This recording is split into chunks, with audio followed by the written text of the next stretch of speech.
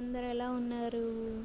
ఇవాళ recipe potato tomato curry. కావాల్సిన పదార్థాలు ఆన్ చేసుకొని మూకుడు పెట్టి జీలకర్ర వేసుకోవాలి.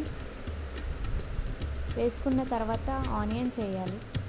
కొద్దిగా మగ్గేదాకా మగ్గించాలి.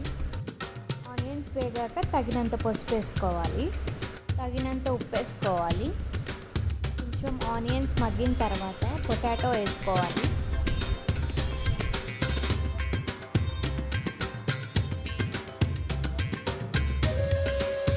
పొటాటోస్ మగ్గేంత వరకు మూత పెట్టి మగ్గించుకోవాలి.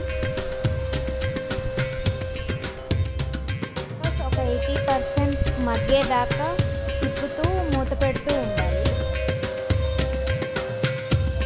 ఒక 80% ఉడికిన తర్వాత టొమాటోస్ యాడ్ చేసుకోవాలి.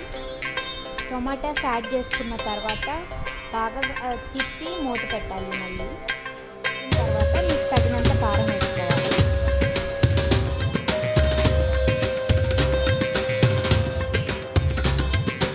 కారం వేసుకున్నాక మగ్గడానికి కొద్దిగా లిడ్ పెట్టేసేయండి. లిడ్ పెట్టేసిన తర్వాత కొద్దిగా వాటర్ పోయండి.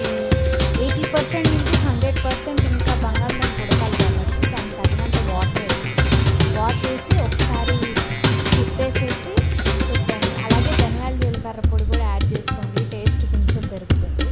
మూత పెట్టేయండి. కర్రీ దగ్గర పడేదాకా ఉంచండి. లాస్ట్లో కొంచెం కొత్తిమీర వేసేసేయండి.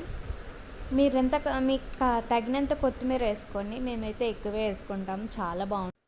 అంతే అండి, ఎంతో టేస్టీగా ఉండే ఆలు టమాటో కర్రీ రెడీ. కర్రీ మీకు ఎలా అనిపించిందో నాకు కామెంట్ చేయండి. సబ్స్క్రైబ్ చేసుకోండి.